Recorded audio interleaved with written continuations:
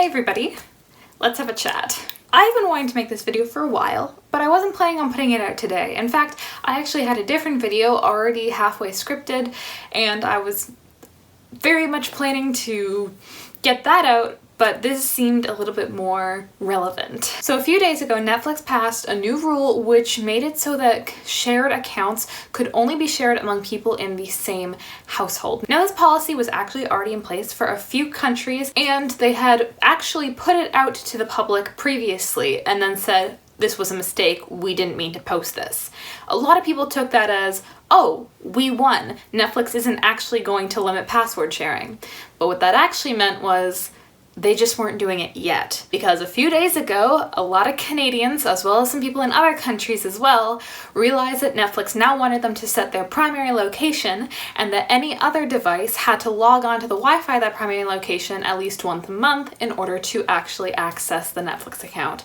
And if you wanted to add another household, you then had to pay extra on top of your already premium account fee. I actually myself was impacted by this as well because I had a shared account with my sister, and now we don't. Now, I am going to be making just sort of a basic account for myself. I have to watch the second season of Shadow and Bone somehow. But honestly, once I'm done binge watching everything on my list, I'll probably just be deleting my account anyways. And the few accounts of people like me who are going to do the same thing is minuscule in the amount of people who we are seeing canceling their Netflix accounts and proudly posting about it on Twitter. People seem to think that this is the death of Netflix. They've made a horrible decision and this is going to be the end of it. I don't think it is. I think that Netflix will eventually die out, but I think that it's going to be a slow decline, as it has been for years now. But I do think it's interesting not only what we're seeing now, but also sort of the way Netflix has evolved and how it's changed the way that we consume media and how media is created. So today, much like Cotton Eye Joe, I want to look at where we've came from and where we're going, and let's talk a little bit about the rise and fall of Netflix and what that means for the future. So Netflix obviously existed mailing out rental DVDs before it became a streaming service, and it started its streaming service in 2007. Netflix became popular because it offered a cheaper alternative to cable. Instead of paying $50 for a bunch of channels, some of which you may never even watch, and having to access many to get all of the shows you want, you could pay a fee that was less than $10 and watch your favorite shows from all sorts of different networks, and all without ads. It had two main benefits to it: the cost and the convenience. It was much cheaper, and it was much easier to have all of your favorite shows in the same place. Netflix continued to rack up customers and more profits, and we saw their first ever Netflix original, a Norwegian show called Lilyhammer, come out in 2012. Only a year later, Netflix became the first ever streaming service to win a Primetime Emmy for their show House of Cards. Other networks started seeing the benefit in what Netflix was doing. They realized that if Netflix was getting so much money from people subscribing and not wanting to watch ads, surely other people would want to do the same for their networks as well. Netflix was really on its high. It was getting more and more big shows like Stranger Things, and getting more properties like their own set of Marvel shows. And because of this new format of binge watching TV that it encouraged, and the way that content had to be created in order to be consumed, it really started to create an issue with the way Netflix was deciding what shows to renew and what shows it was deciding to cancel. These issues started creating a little bit of upset within the people who watch Netflix, and combine that with many different networks starting to buy back the rights of their shows and movies from Netflix. This is a time where we start to see the rise of the streaming service wars. If you're not familiar with the term the streaming service wars, this is something that I haven't heard a lot of recently, but it was talked about a lot when we started to see a rise in a lot of different streaming services. Channels like HBO Max, Peacock, Apple TV, Disney Plus, all of these different channels and networks deciding that they wanted to have their own spot because of how well Netflix was doing. This is a competition of many services that leads to a breakdown of the very fundamentals that were keeping Netflix afloat in the first place, the cost and the convenience. Now, these shows were not all in one place. They are split across multiple networks and multiple applications.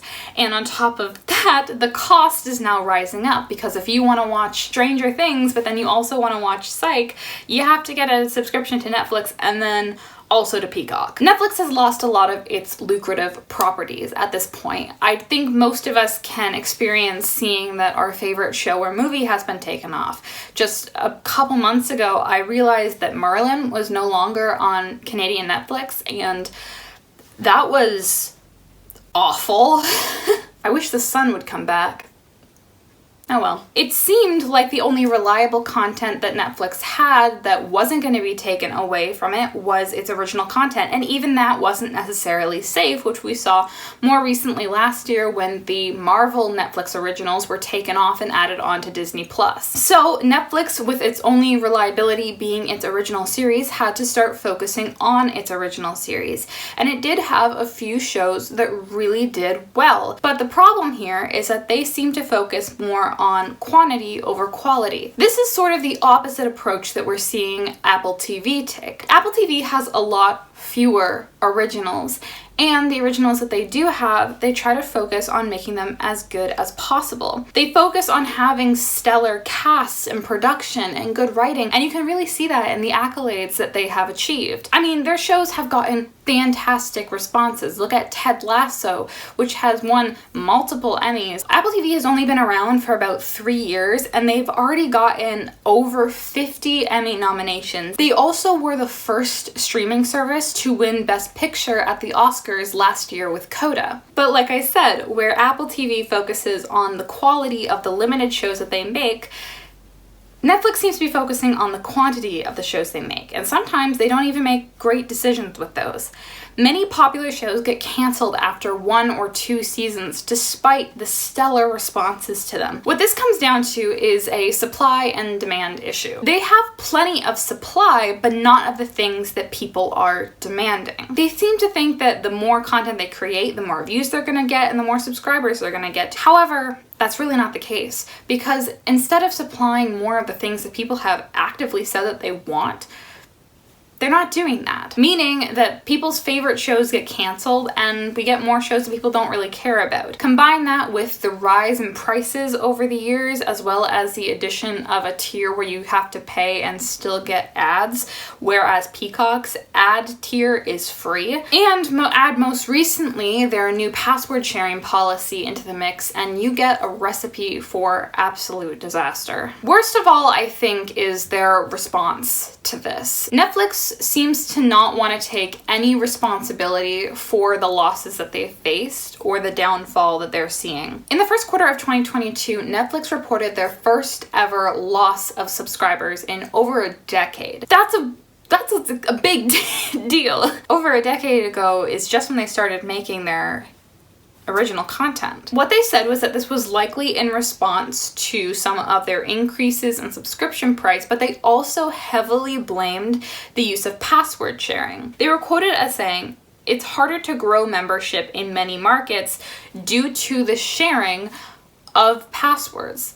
But hold on, Netflix, that doesn't make any sense. This is the first loss you've had in over a decade. People have been sharing their passwords for pretty much as long as Netflix has been around. In fact, you know that they've been sharing their passwords because you tweeted about it in the past. The loss of subscriptions is coming from the amount of new subscription services, the fact that they're losing their properties that they can't play anymore, and the fact that their prices are higher and higher for less and less desirable content. Absolutely, there are some things that are out of their control, and that is definitely not their fault. But the issue is that they are now isolating their customers. Their customers have complained saying, look, if you do this, we're gonna go back to pirating media off the internet. We're gonna quit because these other subscription services are a lot cheaper than yours and they have more stuff that I like on it. But instead of saying, we hear you and we're going to try and make changes to make it more desirable, They isolate their clients and make them feel like they are the problem. So obviously Netflix has been a very slow downfall, and I do think that it will be gone eventually, not for a while. I think it will be a slow heat death, but I genuinely do think that the impacts that we've seen from Netflix are going to be around for a very long time, and I don't necessarily know if that's a good thing. With Netflix, we have seen the rise of binge watch culture, and that is something that I have wanted to make a video about for a little while, because as a writer, I think that TV is one of the best mediums for storytelling. I will definitely be making another video at some point about creation of different media types and the way that that impacts storytelling. I think it's something that's very interesting and something I'm very passionate about, but we're gonna focus specifically on binge watch culture and how that's affected TV. Before streaming services existed, people had to catch the shows that they wanted to watch when they aired. TV became an event. It became a family activity. Event TV doesn't really exist anymore. Now you can watch shows whenever you want, and if you want to watch an entire season, you can do that all in one go. I mean, that's mainly for Netflix. There are actually a lot of streaming services that release them week by week, which I think is fantastic, but they are still being made in the same way that the shows being released in bulk are made. Obviously, watching shows whenever you want is super convenient, and I definitely do think that that's a benefit. And I think that there are a lot of shows that benefit from that type of consumption. Shows like Arrested Development have a lot of layers to their jokes. They have a lot of different things in the background that you may not get at the first glance, and so being able to rewatch it whenever you want and being able to watch a bunch of episodes in bulk definitely helps you to see that. Mind you, the Netflix reboot of Arrested Development absolutely sucks, but I digress. The other great thing about cable TV and shows coming out 1 week at a time means that it gives a show a chance to actually be successful. Obviously, it takes a while for a new show to take off. When a show is able to pick up the amount of viewers that it gets after, a few weeks, and even up into the very last of the season, they're able to get more and more viewers as more and more people discover it and become interested in it. It means that those shows are going to have a higher chance of getting renewed because they have had the time to gain popularity. It also means that you don't get things spoiled for you. I was watching Wednesday with my parents, and I got spoiled a few things on the Netflix official account before we had finished the show, because it'd been out for like a few weeks at that point and we hadn't watched the entire thing. And I think it's kind of ridiculous to act like just because it's released all at once means that everyone's gonna watch it all at once. The problem is with Netflix is that they decide if a show is going to be renewed or not based on the viewership that it gets within the first month. This is, again, an issue, because if certain shows don't get as much advertisement as others, it means that less people are going to watch them until maybe it's too late, and their views don't even count on whether it's going to be renewed or not. There are a lot of great shows that have been canceled because of this. There have been a lot of great shows who have had great first months and still been canceled, and frankly, I don't really understand the way that they choose to use this data. I have a lot of concern for the history of these shows and how we might lose them, because box sets aren't really much of a thing anymore. It used to be that you could get box sets of your favorite TV shows and just have them and watch them whenever you want. I definitely still like box sets. I am trying to get box sets for my 3 favorite shows, but those are actually easier to find. I've seen those in stores before. You know what I haven't seen in stores before? Any sort of Netflix box set. I know that they exist. I've seen them online, but they seem to be a lot harder to find. And frankly, people are just sort of annoyed by the idea of them anymore. People like the convenience of having everything digital nowadays. And to me, that's an issue, because if we're relying on the digital copies of something that exist within the Netflix servers, what happens if those servers go down? What happens when Netflix goes away forever? Are those shows now lost forever? Are they going to sell the rights to them to someone else? What's going to happen? And maybe this is a silly thing to be worried about. Maybe, there is, physical copies that are going to be sold and more people are going to buy box sets once it's announced and Netflix decides to shut down. I don't know. I really don't. But it's something that has bothered me about the way that we consume media today and the way that I want to be able to remember and watch my favorite things whenever I want to and not have to rely on someone else's licensing to play them. Right, so where do we go from here? Well, I guess, it's time to break out the eye patches and the tricorn hats because it's time to hit the 7 Cs. No, I'm not encouraging that. I'm not encouraging you to do anything. But genuinely, people have long been warning streaming services that people are planning on going back to torrenting stuff just because of how inconvenient it is. I personally will not be doing that because I feel like a lot of those websites are probably not very safe. But you know what? To each their own. As for Netflix, I think the best thing that they can do at this point is they need to start taking responsibility and stop blaming their customers. Admit that maybe you were wrong and that sharing passwords is not that big of a problem. Also, you have so many subscribers. I guarantee you that you're not losing that much money. You're not hemorrhaging subscribers. You're fine. Really, what they need to do is they need to start focusing on giving people what they want. Instead of focusing just on the hard data of the first month, look at what people are saying. Look at what people want, listen to people, and start using not just the data, but also some sentimentalness to deciding what keeps going. As viewers, the best thing you can do is just kind of show what you want through your actions, because I guarantee you, your words are not being heard.